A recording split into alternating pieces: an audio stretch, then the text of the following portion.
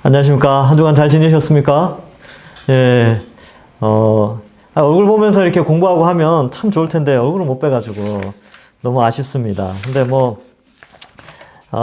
조만간 위드 코로나가 되고, 또 어떻게 교회에서 소그룹 모임이 허락이 된다면, 그때는 대면으로 또 뵙도록 그렇게 하겠습니다. 여러분, 대면하면서 보는 게 학습 효과가 굉장히 높습니다.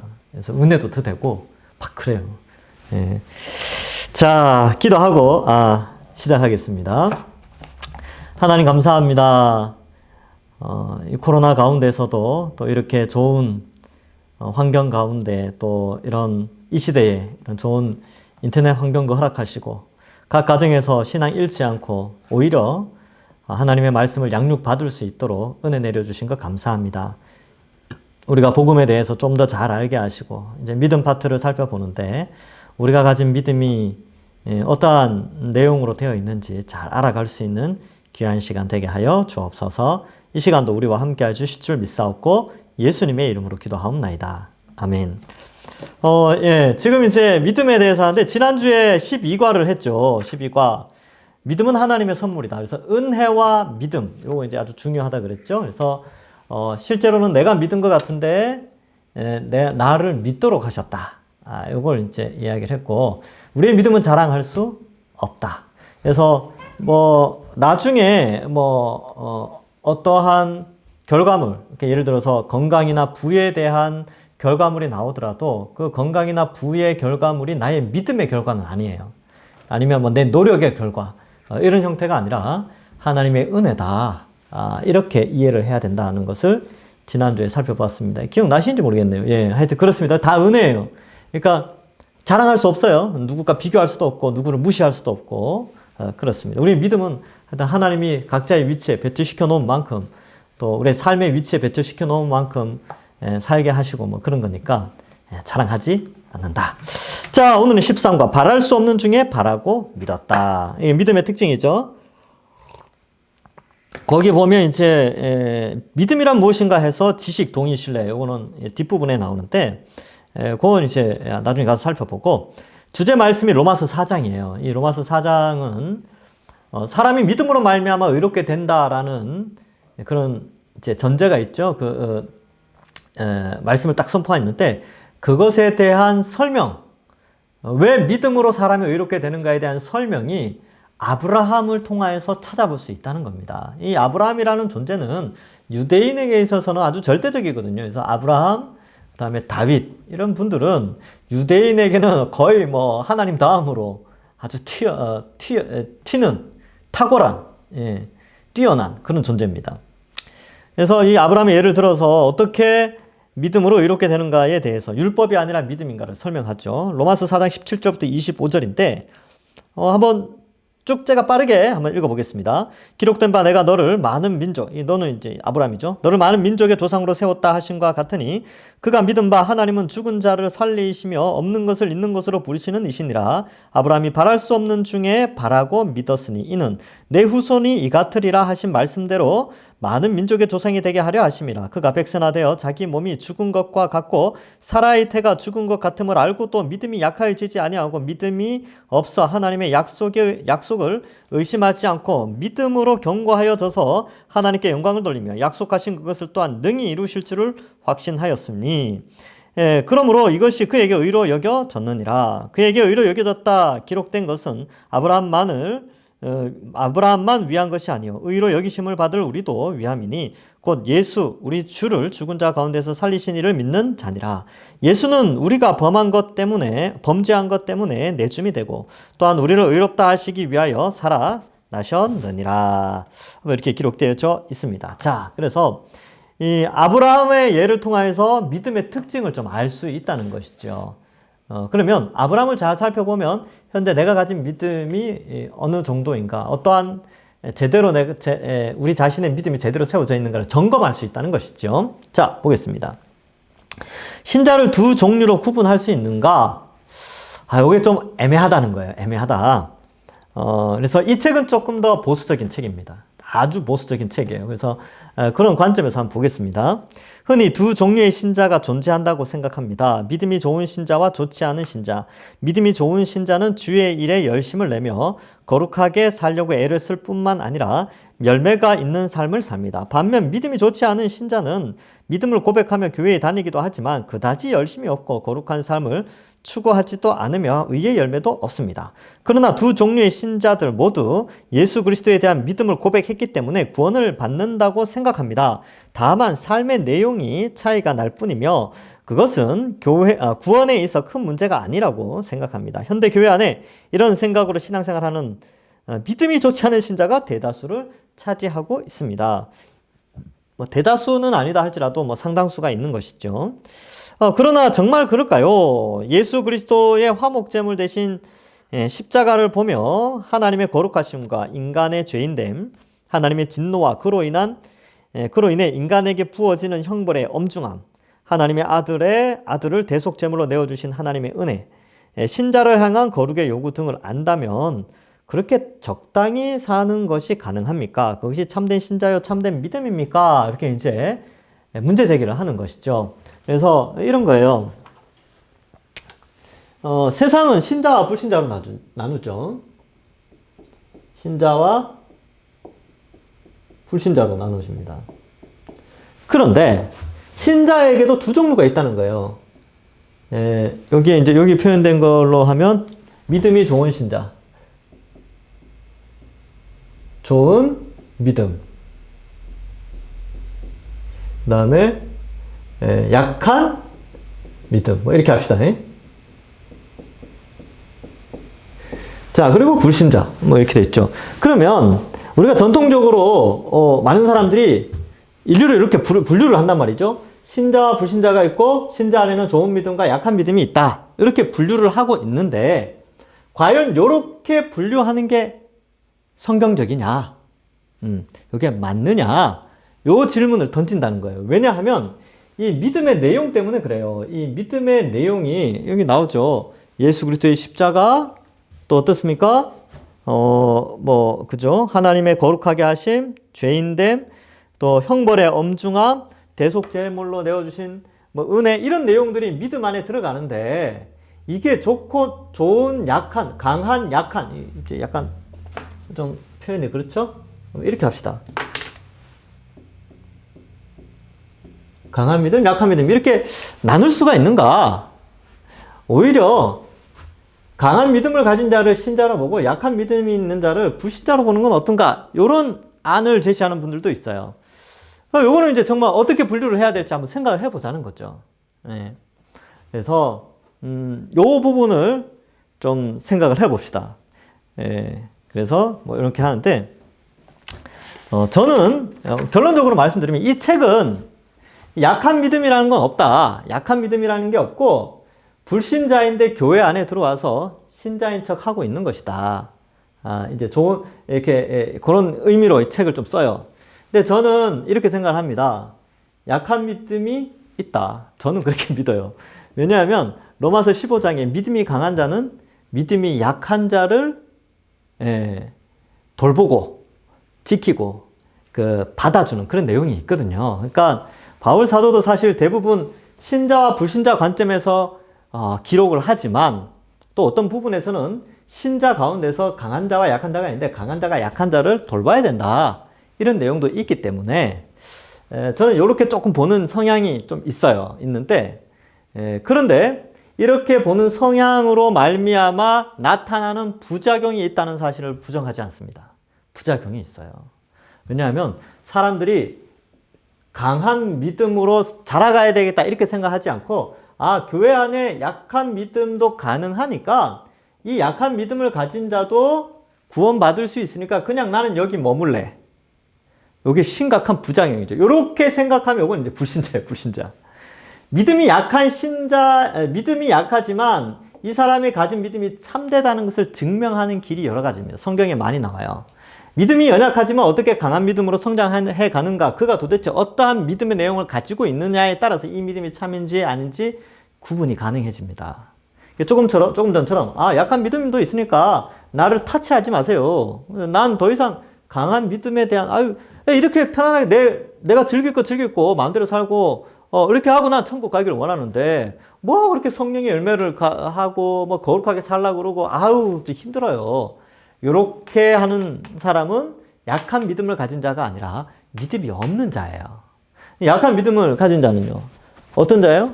강한 믿음으로 잘하려고 애를 쓰고, 왜냐하면 십자가의 그 의미가 너무 무게감이 있으니까 그 십자가로 말미암아 성숙하기를 원하고 강해지기를 원하는 그런 선한 열망, 성령이 그 마음속에 성화의 역사, 즉 영적 갈망을 허락하시는 것이죠. 근데 지금 현재는 연약한 거야. 네, 현재는 연약한데 성령의 도우심을 믿고 성화의 삶을 살면서 더욱더 강한 믿음으로 자랄 것을 믿는 그 사람은 약한 믿음을 가진 자예요. 네. 그죠? 이 개념을 아시겠어요? 그래서 저는 교회 안에 강한 믿음과 약한 믿음이 있다라고 봐요. 있다라고 보고, 이 약한 믿음이라는 것은 이 믿음의 내용은 뭐냐? 강한 믿음으로 성장하고자 하는 성화의 갓 시작한 신앙생활을 하는 사람을 약한 믿음으로 보는 거죠. 근데, 이제 좀 보수적인 책들이나 아주 이렇게, 전통적인 아주 그런 책들은 아니다. 교회 안에는 강한 믿음을 가진 자와 불신자와 같은 이런 이렇게 약한 믿음이라고 표현되어지는 불신자가 같이 있다. 그래서 이 약한 믿음에 대한 인정하지 않음이 있어요. 그래서 요거 약간의 이제 균형이 좀 필요한데, 제가 책들을 많이 찾아봤어요. 이걸 어떻게 해석을 해야 되는가.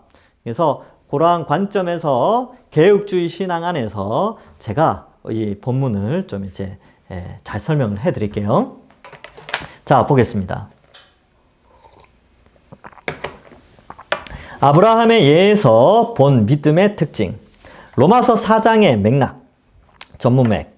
의롭다함을 얻을 수 있는 믿음에 대한 설명. 3장 21절부터, 로마서 3장 21절부터 시작된 복음에 대한 설명의 계속. 로마서 1장 18절부터 3장 20절까지는요, 모든 인간이 죄인이라는 거예요. 그래서 그 증명하는 게 이방인과 유대인들이 다 죄인이다라는 걸 증명하고 있어요. 근데 3장 21절에 뭐가 나오냐면, 그러나 이제 한 의가 나타났다. 하나님이 우리를 의롭게 하실 수 있는 방법이 나타났다는 거죠. 그게 뭐냐 하면 예수 그리스도를 믿음으로 말미암아 우리가 의인이 되도록 허락해 주셨다는 것이죠.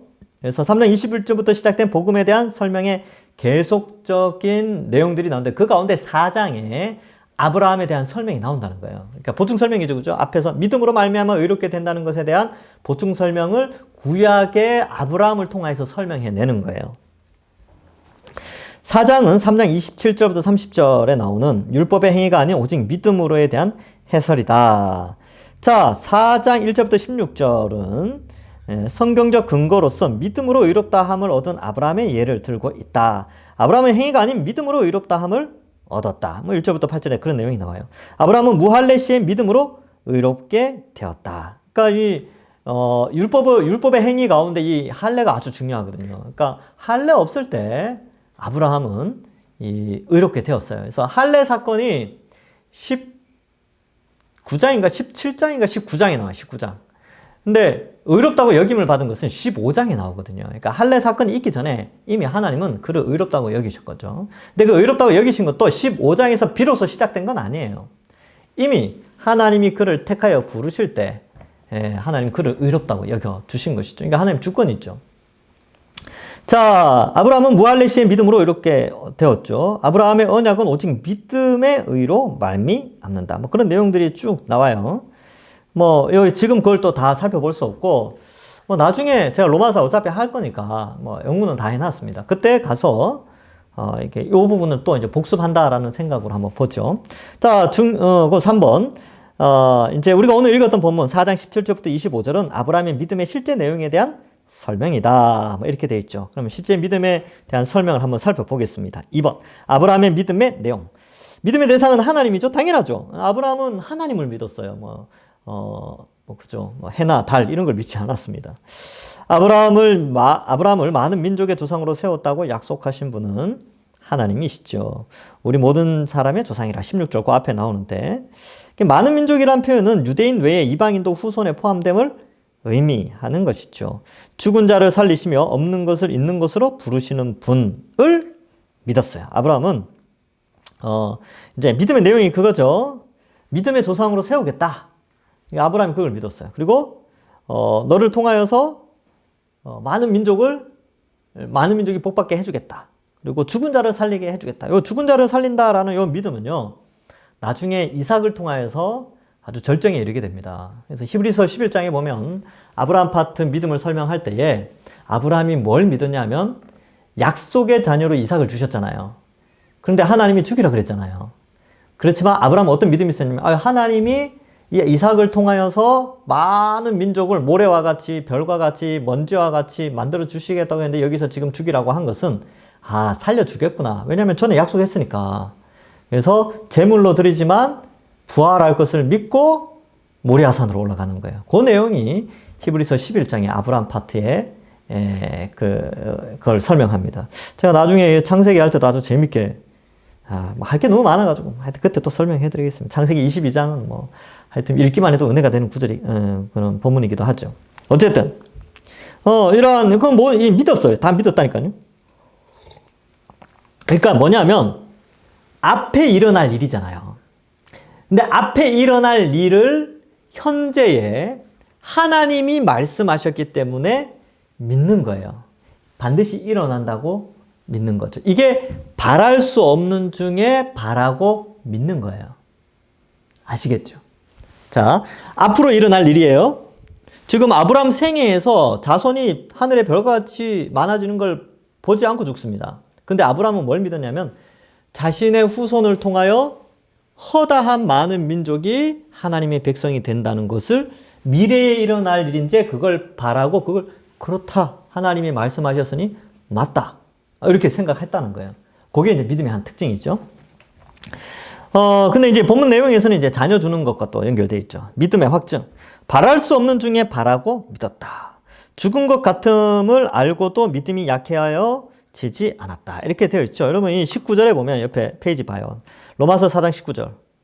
그가 100세나 되어 자기 몸이 죽은 것 같고 사라의 태가 죽은 것 같음을 알고도 믿음이 약해지지 아니하고. 그 창세기 자세히 보면 그 사라가 웃어요. 이삭을 주겠다. 그 텐트에 하나님 사람 3명이 딱 들어오죠. 이제 그 중에 둘은 천사였는데. 그 중에 한 명이 이제 뭐 예수님이다, 아니다, 뭐 이런 주장도 있긴 한데. 어쨌든 3명이 와요. 2명은 나중에 소돔과 고모라로 가거든요. 근데 그 한 분이 그런 설명을 하는 거예요. 이제 그 이야기 하면서 내년에 네가 아들 낳을 거다, 아들. 근데 그때 나이가 몇 살이냐면, 이 아브라함이 99세, 사라는 89세. 그래서 사라가 웃죠. 킥! 웃는, 킥! 크크! 이렇게 웃는 거예요. 왜요? 이미 아이를 낳을 수 있는 생물학적 몸이 끝난 지가 오래예요. 89세인데 이미 경수가 끊어졌다 이 표현을 쓰잖아요. 그러니까 생물학적으로, 과학적으로, 뭐 역사적으로, 뭐 어떠한 검증에 의하여서도 절대로 아이를 가질 수 없는 절대 불가능한 상태예요. 완전 무의 상태죠. 무에서 안 된다는 거죠. 근데 하나님이 약속하셨잖아요. 절대 불가능한 것을 약속하셨다니까요. 근데 아브라함이 그걸 믿어버려요. 그렇지. 믿죠. 그걸 확 믿어버립니다.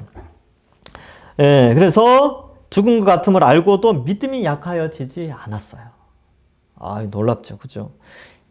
그뿐만 아니라 여러분 애를 키워보셔서 아시죠? 애를 딱 낳고 나서 딱 낳으면 지가 알아서 큽니까? 아니요. 일정한 나이가 될 때까지 케어를 해줘야 돼요. 여러분 90세에 사라가 애를 낳잖아요. 100세에 아브라함이 애를 낳잖아요. 그 체력이 되겠습니까? 물론 종들도 많아서 종들이 알아서 했겠지만 그게 보통 체력 가지고는 안 된다니까요. 젖도 먹여야 되고 그죠? 가까이 둬야 되는데 이 보통 체력 가지고는 안 됩니다. 젖 먹이면 애들 어떻습니까? 밤에 2시간마다 깬다니까요. 그 사라가 얼마나 고통스럽겠어요. 근데 그 체력이 90세 넘은 할머니에게 있겠냐는 거예요. 없죠. 그런데 믿음이 약해지지 않았어요. 하나님이 허락하시면 된다는 것이죠. 그래서 낳는 것뿐만 아니라 기르는 것까지 다 믿었어요. 그래서 믿음의 기원과 근거 29페이지 3번. 믿음의 기원. 그 뜻대로 이루시기 위한 하나님의 의지. 이걸 믿었죠. 그 뜻대로 이루시기 위한 하나님의 의지. 믿음의 기원은 이게 아브라함이 이런 생각을 할 수 있도록 해주신 것은 하나님의 은혜예요. 하나님에 의해서 이 믿음이 시작되는 것이죠. 그래서 로마서 4장 18절. 아브라함이 바랄 수 없는 중에 바라고 믿었으니 이는 내 후손이 이 같으리라 하신 말씀대로 많은 민족의 조상이 되게 하려 하심이라. 그러니까 하나님께서 아브라함의 믿음을 주시기 위하여 계속 말씀을 해주셨어요. 그러니까 아브라함에게 들려진 말씀은 이런 우리와 같은 글이 아니었고 하나님 직접적인 음성이었죠. 그러니까 얼마나 더 확신이 있었겠습니까? 그죠? 자, 그 다음에 창세기 15장 5절에 보면 그를 이끌고 밖으로 나가 이르시되 하늘을 우러러 무뼈를 셀 수 있나 보라. 또 그에게 이르시되 내 자손이 이와 같으리라 라고 하니까 아브라함이 어떻게 반응하느냐. 15장 6절 요 다음 절이 그 다음 페이지 중간에 보면 3번에 2번 보면 나오죠. 창세기 15장 6절. 아브라함이 여호와를 믿으니 여호와께서 이를 그의 의로 여기시고. 그래서 이걸 믿은 거예요. 그러니까 앞으로 수백 년 후에 네 자손이 저 하늘 별처럼 된다라는 걸 아브라함이 미래에 일어날 일을 믿었다니까요. 이게 믿음의 어떤 특성을 보여주는 거죠. 그러니까 우리가 가진 믿음도 같은 선상에 있는 거예요. 바랄 수 없는 중에 바라죠. 뭘 바랄 수 없어요? 우리는 하나님을 반역한 죄인으로서 천국을 절대로 바랄 수 없어요. 불가능한 존재들 있죠. 그런데 하나님은 어떤 말씀을 주셨습니까? 그래, 너는 천국 갈 자격이 없지. 왜냐하면 넌 죄가 있으니까. 그런데 예수님이 이 땅에 보내셨고 그 예수님이 십자가에 달려 그 죄의 형벌을 대신 다 받으셨어. 그래서 너가 예수님을 믿으면 형벌을 면제해 줄게. 그리고 형벌이 면제됐으니까 어떻게 될까? 의롭게 되겠지. 그 의는 천국에 갈 수 있지. 내가 천국에 네가 예수님 믿는 그 믿음으로 내가 천국에 넣어줄게. 넌 의인이 돼서 천국 갈 거야. 이걸 약속하셨어요, 하나님이. 그럼 여러분, 우리가 천국에 들어가는 거, 천국에 입성하고 하나님 나라의 백성이 되고 또 완성된 하나님 나라에서 몸이 부활하게 되는 것, 이 모든 것들은 미래에 일어날 일이죠. 현재를 살아가는 2021년 10월 달을 살아가는 지금 당장 그게 눈에 확 보이는 게 아니란 말이에요. 근데 우리가 아브라함과 같은 연속선상의 믿음의 특성 어떤 게 있어요? 하나님이 말씀하신 것, 이거 예수 그리스도를 믿는 것, 이거 믿으면 미래에 어떻게 된다고요? 예, 그리스도와 같이 부활하여 새하늘과 새 땅에서 영원히 산다라는 그 미래가 믿어지는 거죠. 그리고 그걸 바라보고 현재에 믿음이 연약해지지 않고 그 소망을 가지고 살아가는 것, 그게 믿음의 특성이에요. 특성. 우리가 믿는 믿음이 이러한 특성을 가지고 있죠. 뭐 여러 가지로 설명할 수 있는데 현재 이 파트에서는 그렇게 좀 적용을 해볼 수 있습니다. 그래서 아브라함은 이제 이삭을 준다는 것도 믿고 나중에 이삭을 통하여서 하늘의 별과 같이 자녀를 주신다는 것도 믿었어요. 자, 봅시다. 믿음의 근거, 하나님을 아는 지식. 일단 지식이 있어야 되죠. 그러니까 말씀이 들어가야 된다니까요. 그러니까 믿음이 생기려면 말씀이 귀 속에 자꾸 들어가야 믿음이 생겨요. 그 다음에 하나님에 대한 신뢰. 그 들어가고 어때요? 그렇지. 하나님 그렇게 하시는 거지. 의지적으로 신뢰를 해야 돼요. 지식. 약속하신 그것을 능히 이루실 것을 확신했다. 믿음이 있다. 신뢰. 믿음이 없어 약속을 의심하지 않고 믿음이 견고해졌다. 그러니까 그 말씀을 믿는 거예요. 말씀이 믿어져서 미래의 것들을 반드시 일어날 것임을 믿는 것이죠. 예. 믿어지게 되는 것이죠. 성령이 그렇게 믿게 하시는 거니까. 이게 이제 믿음의 아주 큰 특징입니다. 사실 우리가 예수님 믿는 사람과, 그죠? 예수님 안 믿는 사람과의 삶의 형태를 보면 비슷해요. 근데 뭐가 차이가 있어요? 미래를 확신하는 차이가 있어요. 우리는 예수님을 통하여 천국 백성이 되어지고, 이 사람들은 미래에 대한 확신이 없죠. 그냥 늘 미래를 자기가 만들어 가야 돼요. 불신자들은 미래를 항상 자기가 만들어 가야 돼요. 근데 미래를 자기가 만들어 가지만 그것은 현세적인 미래죠. 영원한 것에 대한 준비는 못 해요. 자, 3번. 자, 30페이지 3번입니다. 그것이 그에게 의로 여겨졌느니라. 두 가지 문제가 발생합니다. 문제 제기. 아브라함이 의롭게 된 시점은 이때가 아니다. 하나님이 의로 여기신 것은 아브라함의 어떤 행위처럼 보이는 문제가 발생하죠. 그러니까 봐요. 아브라함이 그 말씀을 믿으니까 의롭게 되어진 것처럼 보이잖아요. 그러면 지금 창세기 15장 6절에서 드디어 믿음이 생긴 것으로 보이는데 사실은 그렇지 않아요. 이 11장 창세기 창세기 11장 27절부터 데라 이야기가 나오면서 본격적으로 이제 12장에 아브라함 이야기가 나와요. 근데 아브라함 파트를 살피려면 11장 27절부터 살펴야 됩니다. 근데 이 아브라함을 부르실 때에 아브라함이 부름받기 전까지 하나님에 대한 믿음이 있었을까요? 없어요. 여호수아에 보면 여호수아가 아브라함에 대한 기록을 남겼는데 아브라함의 아버지 데라가 유프라테 건너편에선가요? 하여튼 그쪽에서 우상을 섬기고 있었대요.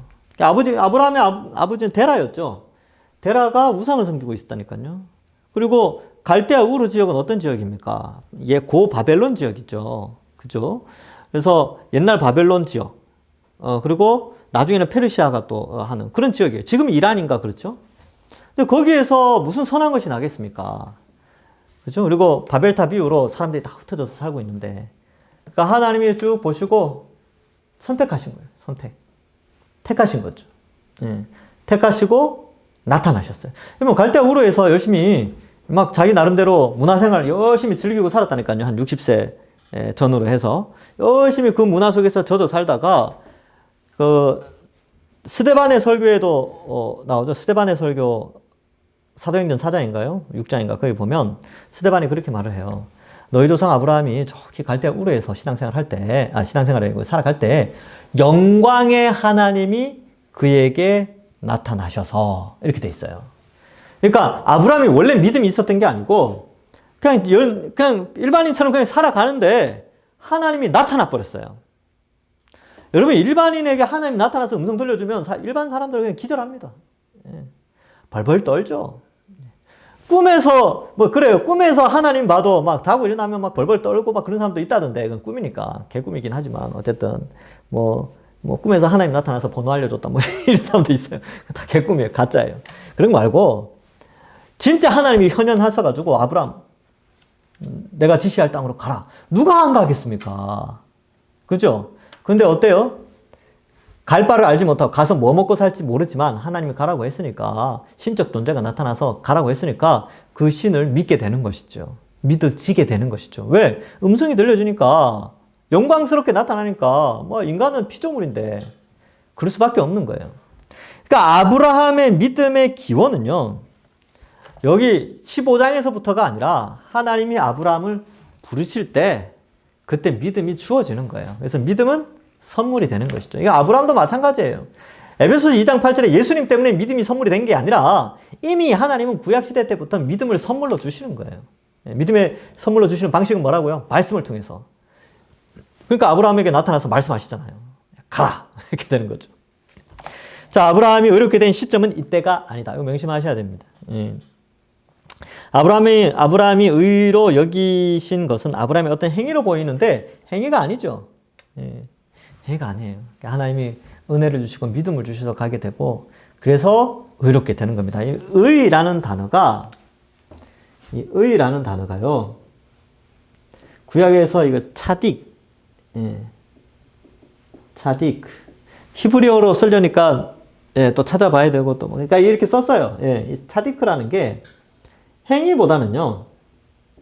행위 관점도 있는데 이게 관계 관점이 좀 커요. 관계에 의해서 이 의가 결정되는 거예요. 그러니까 그러니까 인간의 행위가 이 메소포타미아에 있을 때에, 그죠? 메소포타미아 지역에 있을 때 그가 살아온 인생에 의해서 하나님이 그를 택하여 의롭게 여겨준 게 아니라, 그런 행위에 의해 관계가 아니라 하나님이 아브라함과 관계를 맺어야 되겠다, 너를 택해야 되겠다라고 하는 순간 의의 관계가 형성된다는 거예요. 의라는 게.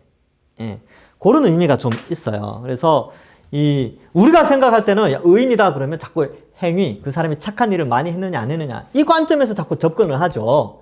근데 성경에서 의의 개념은요, 행위로 하는 게 아니라 끊임없이 하나님과의 관계, 하나님의 은혜, 이렇게 구약에서는 은혜, 헤세드, 신약에서는 그레이스, 은혜, 그런 용어를 쓰죠. 영어로는 그레이스죠. 하여튼 그러한 용어들을 쓰면서 그게 뭐냐면 인간의 행위에서는 의를 이룰 수 있는 조건이 없다는 거예요. 결국 하나님이 관계를 맺으신 그에게 의롭다고 여겨주시는, 그래서 관계성에 대한 정의로 의를 많이 내린다는 거죠. 그러니까 여기에 하나님이 의로 여기신 것은 아브라함의 어떤 행위처럼 보이지만 사실의 행위가 아니에요. 예. 하나님이 그를 의롭다고 여겨주신 은혜 혹은 그에게 부여되어진 믿음의 선물에 의하여서 주어진 것이다. 이것을 설명하는 것입니다. 이해가 되십니까? 이해가 안 되셔도 됩니다. 예, 왜 이해가 안 되셔도 되냐면 나중에 또 할 거니까. 그래서 몇 년 후에 이거 교재 또 할 거예요. 그때 또 이해하시면 돼요. 그리고 좀 있으면 제가 로마서, 갈라디아서 뭐 이런 거 다 합니다. 그때 또 들으시면 그때 되면 또 이해가 될 거예요. 자, 그 다음 같은 믿음 같은 본질. 창세기 15장의 믿음을 창세기 21장까지 나타난 아브라함의 행위로 연결. 그래서 아브라함이 여호와를 믿으니 여호와께서 이를 그의 의로 여기시고. 그러니까 15장에 있는 믿음과 21장까지의 이 아브라함의 행동은 사실은 분리되지 않습니다. 그러니까 믿음이 주어졌죠. 믿음이 주어지고 아브라함은 의인이 이미 되었어요. 그러니까 믿고 의인이 된 자가 어떠한 삶을 살아가는가에 대한 내용이 나오죠. 그래서 보면 재밌어요. 우리랑 되게 비슷해요. 믿음이 좋을 때는 막 하나님 전적으로 의지하고 막 양보하고 롯에게 양보하고 막 전투에 나가서 막 그저 롯 찾아오고 막 믿음이 아주 대단한 것 같죠. 그죠? 근데 또 어떨 때는요. 죽을까봐 속여요. 예. 하나님이 나의 방패시다 그래 놓고 그 방패됨을 잊어버려요. 그래서 뭐 애굽에 내려갔을 때라든지 또 블레셋에 들어갔을 때든지 사라를 누이라고 속이잖아요. 왜 속이냐 하면 그게 난 친인척 관계의 문제가 아니라 자신이 하나님의 보호하심을 받지 못하고 죽을까봐. 즉 하나님이 네 자손으로 말미암아 하늘의 별과 같이 땅의 티끌같이 많게 해주겠다는 그 약속을 못 믿은 거예요. 또 이게 또 재밌다니까요. 우리 모습하고 비슷하잖아요. 아브라함이 대단한 것 같은데 12장부터 22장의 삶을 쭉 추적해 보면요. 믿음에 막 승승장구할 때가 있는 반면 또 믿음이 뚝 떨어져 가지고 또 아내를 이렇게 팔아먹고 막 그런 적이 있어요. 그런 거 보면 우리의 모습과 좀 비슷하지 않나. 그래서 아브라함 파트를 하면 참 위로가 되고 그래요. 근데 이제 또 믿음의 이렇게 이제 22장 가서 이삭을 드리는 장면 보면 그래 여기까지 성장해야 되는구나. 뭐 거의 그 정도로 생각을 해야 되는 거죠. 그래서 같은 믿음 같은 본질이다. 그래서 15장이나 21장이나 22장이나 다 같은 믿음이라는 거예요. 본질은 다 뭐 그런 거다. 믿음의 그 본질상 어떤 상황에서 변하지 않는 절대적 신뢰라는 태도. 하나님에 대한 절대적 신뢰. 이게 필요한 거죠. 그러니까 그 최고의 그 신뢰의 절정이 이삭을 바치는 데 있었어요. 약속을 믿은 거죠, 이제. 하늘의 별과 같이, 땅의 모래와 같이 후손을 약속하시려면 이삭은 살아야 되거든요. 근데 하나님 죽이라 그랬으니까, 죽이라고 했지만 그 약속이 있으니까 살려주겠구나. 부활을 믿었어요. 그게 히브리서 11장에 나옵니다. 자, 바랄 수 없는 중에 바라고 믿었으며 백세나 되었어도 믿음이 약하여지지 않았다. 이삭의 탄생 파트에서 아브라함의 믿음의 내용을 설명하죠. 근데 이것이 이삭을 드리는 장면에서도 똑같습니다. 바랄 수 없는 중이죠. 그러니까 죽은 자가 어떻게 다시 살아납니까? 바랄 수 없죠. 그런데 어때요? 부활할 것을 믿어요. 그래서 제물로 실제로 드리려고 하죠. 근데 하나님 막으시죠. 그 다음 의심하지 않았으며 하나님께서 약속하신 그것을 능히 이루실 것을 확신하였다. 이거 아주 중요합니다. 하나님이 약속하신 걸 믿는 거예요. 그래서 우리의 믿음도 그런 거예요. 믿음. 예수 그리스도의 십자가 형벌 대속의 복음을 믿으면 구원받는다. 이건 미래적인 일이에요. 당장 눈에 안 나타난다니까요. 그러니까 뭐 증서가 내려온다. 너는 구원받았어. 라는 이런 증서가 이게 하늘로부터 PDF 파일로 날라오는 게 아니에요. 그냥 이게 하나님 약속하신 거기 때문에 이걸 믿게 되는 거죠. 그게 믿음이에요, 믿음. 미래에 일어날 일이니까, 그죠? 삶의 여정도 마찬가지예요. 삶의 여정 가운데, 그러면 나 같은 죄인을 위하여 예수님 2000년 십자가에 죽으셨다면, 나를 엄청난 희생을 들여서 구원해 주셨잖아요. 그러면 인생 가운데 지키겠습니까? 안 지키겠습니까? 내가 너와 함께 하겠다. 나는 너의 선한 목자가 되실 거. 나를 늘 푸른 초장으로, 실만한 물가로 인도하시는 분이 하나님이 계속 말씀하셨죠. 그러면 우리는 어때요? 어떤 믿음이 생겨나야 돼요? 그렇다. 맞다. 내가 살아가는 동안에 하나님 나 지켜주신다. 이거 믿으셔야 된다니까. 이건 미래적인 일이죠. 미래적인 일. 근데 이게 정말 믿어지냐는 거예요. 내 인생, 내 노후까지 다 책임져 주신다. 이건 믿냐는 거예요. 믿으셔야죠. 왜? 믿어 드셔야 됩니다. 왜? 십자가의 희생을 가지고, 그 엄청난 희생을 가지고 나를 사셨다면 아까워서라도 우리 지킨다니까요. 그러니까 이 믿음으로 살아가는 거예요. 이게 이 개념을 아시겠습니까? 그래서 이게 아주 중요하죠. 이 믿음에서 연약하면 막 두려워하고 불안해하고 막 패닉 상태에 빠지고 막 남들과 비교하면서 막 힘들어하고 막 그래요. 근데 아브라함의 믿음은 그렇지 않았어요. 우리도 이 믿음을 닮아야 됩니다. 견고한 믿음으로 하나님께 영광을 돌렸다. 아유, 부럽습니다. 저도 이랬으면 좋겠어요.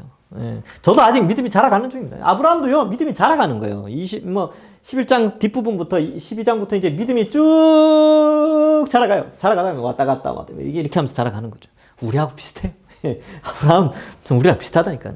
예.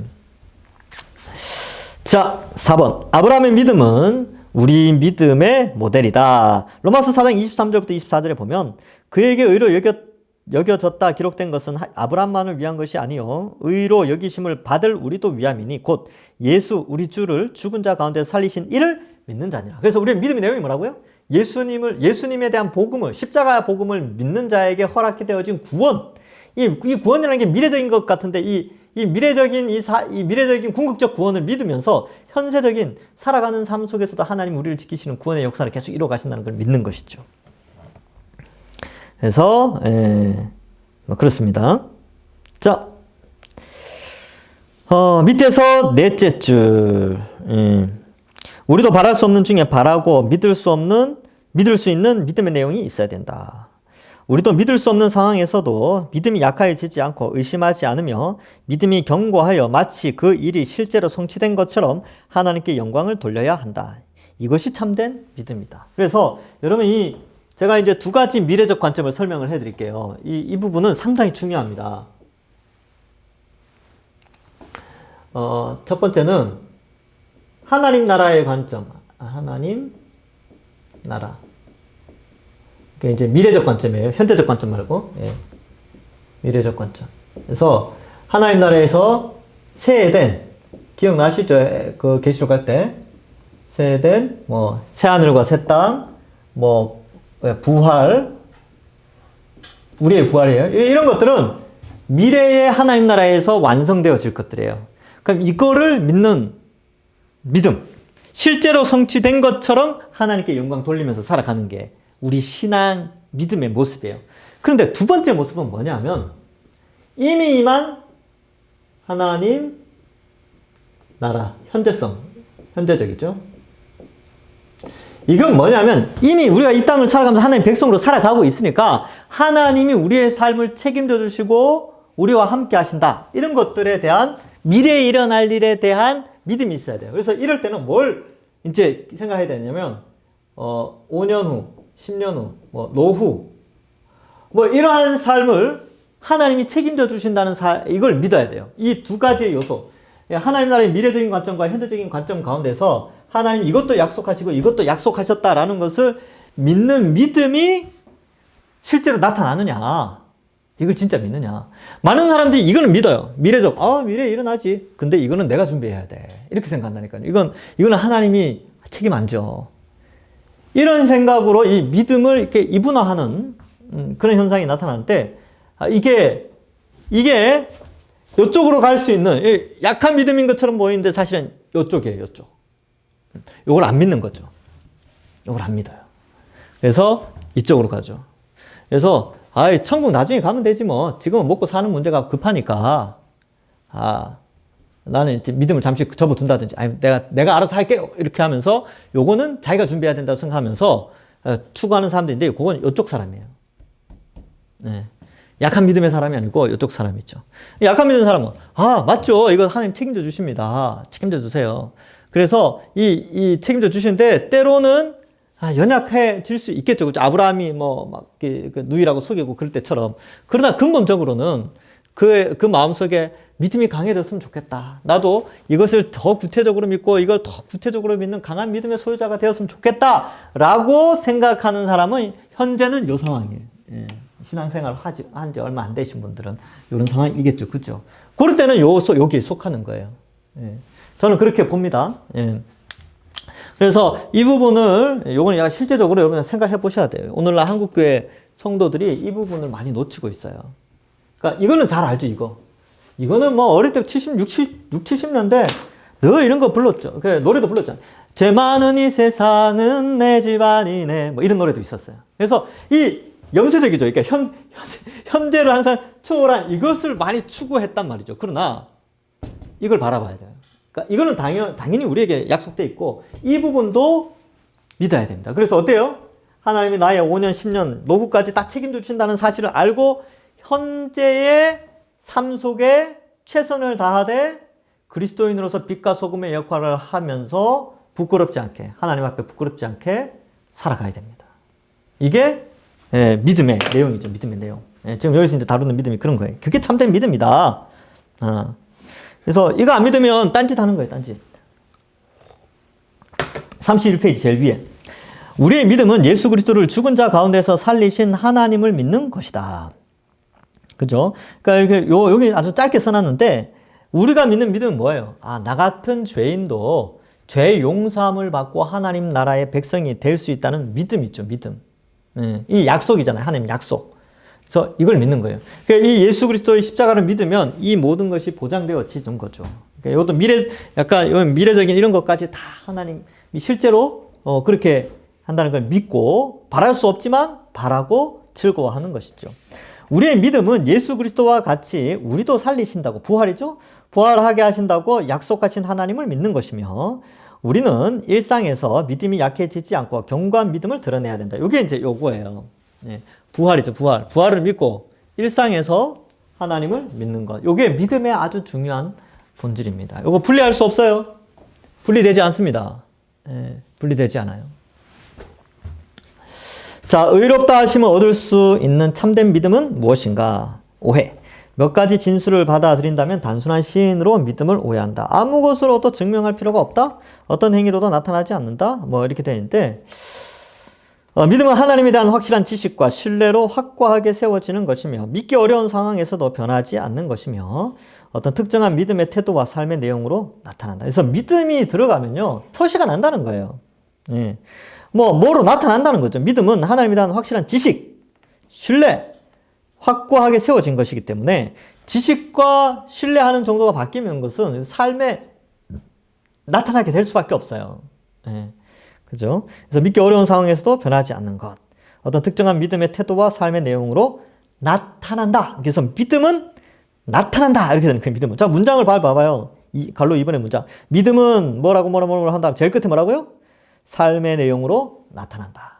이렇게 되는 거예요. 그 사람 진짜 믿음이 있느냐? 이러한 지식들, 이런 것들이 그 머릿속에 감정적으로 동의되어지고 정말 그렇게 신뢰적인 삶을 살아가느냐로 나타나게 돼 있다는 거예요. 말해보면 알고요. 그 삶을 보면 안다니까요. 그러니까 진짜 그리스도인들은 불신자들이 딱 보면 알아요. 저 사람 뭐가 변했다.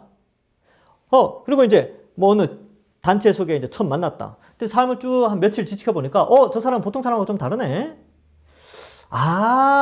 역시 예수 믿는 사람 뭐가 다르구나 라고 알게 된다니까요. 믿음은 나타나게 돼 있어요. 그래서 여러분 예수 믿은 지 10년이 됐는데 주변 사람들이 내가 아직 예수 믿는지 모른다. 그거는 심각하게 좀 생각해 봐야 됩니다. 내가 진짜 믿음을 가지고 있는가. 믿음은 이렇게 드러납니다. 드러나게 돼 있어요. 근데 막 10년 지났는데 우와, 너 예수 믿었어?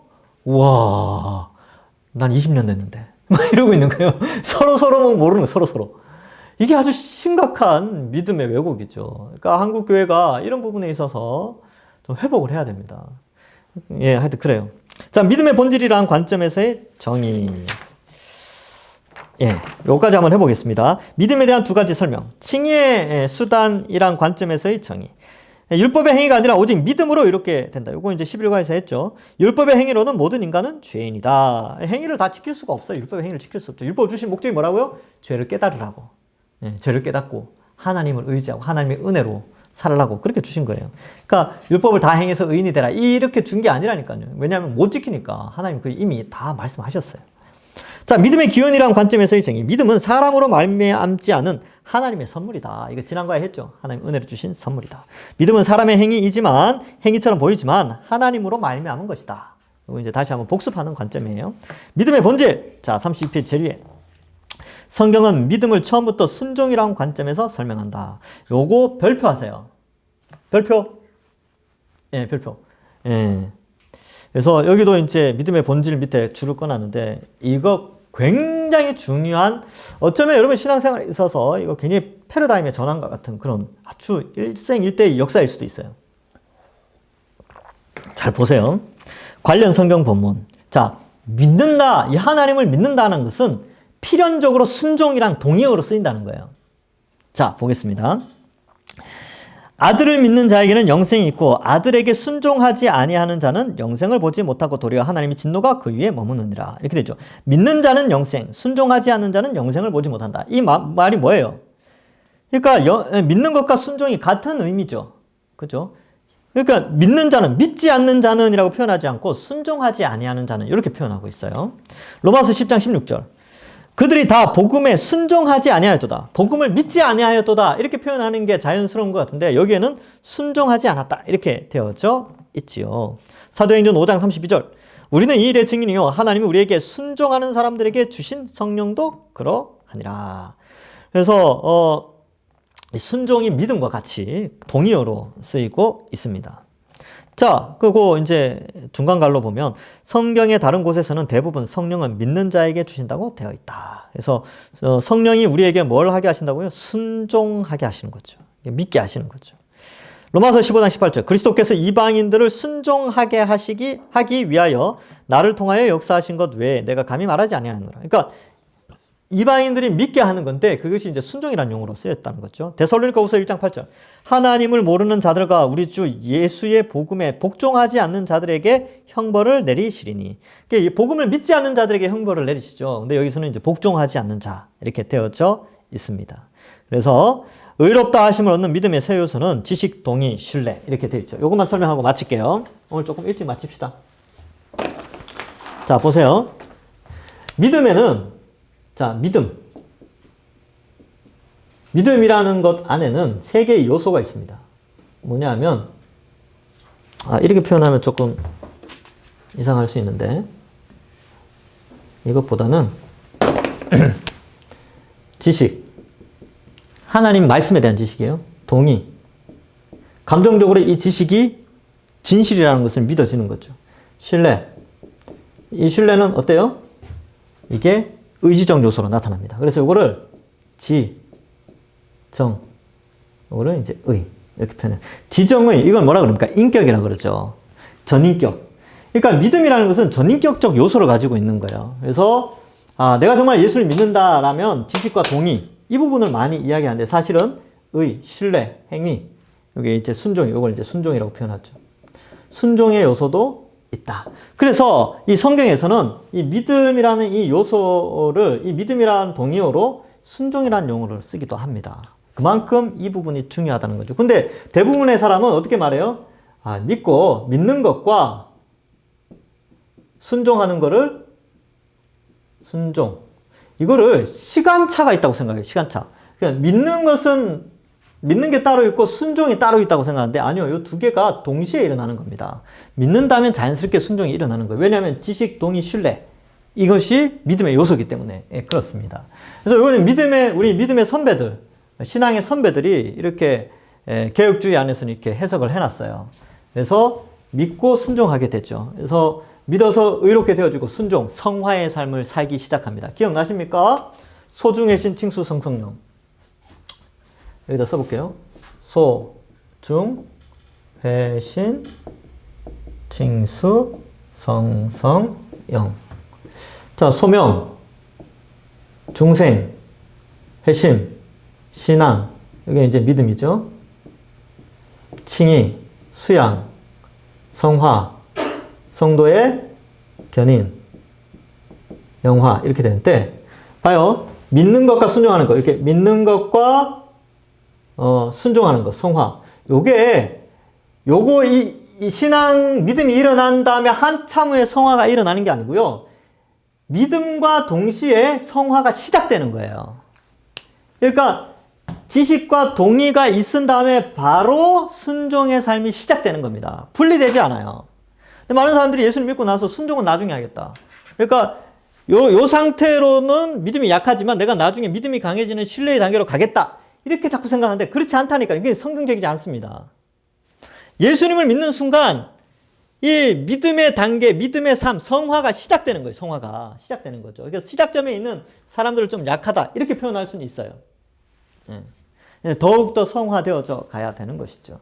그래서 지정의 면에서 이 믿음의 요소가 있다. 이 부분은 다음 주에 좀 더 자세하게 깊이 있게 다뤄 보겠습니다. 이거는 이제 여러 흔히 말하는 교의 신학, 조직 신학, 교리 신학 여기에서 이 믿음에 대한 설명 파트를 잘 설명하는데 요거 이제 거의 이 책에서는 그러한 좋은 책들의 내용을 거의 다 이렇게 옮겨놨어요. 그래서 요 부분은 아주 잘 되어 있습니다. 예, 그래서 다음 주에 우리 좀 더 믿음에 대해서 자세히 한번 알아가 봅시다. 오늘은 여기까지 하겠습니다. 자, 기도하고 마칠게요.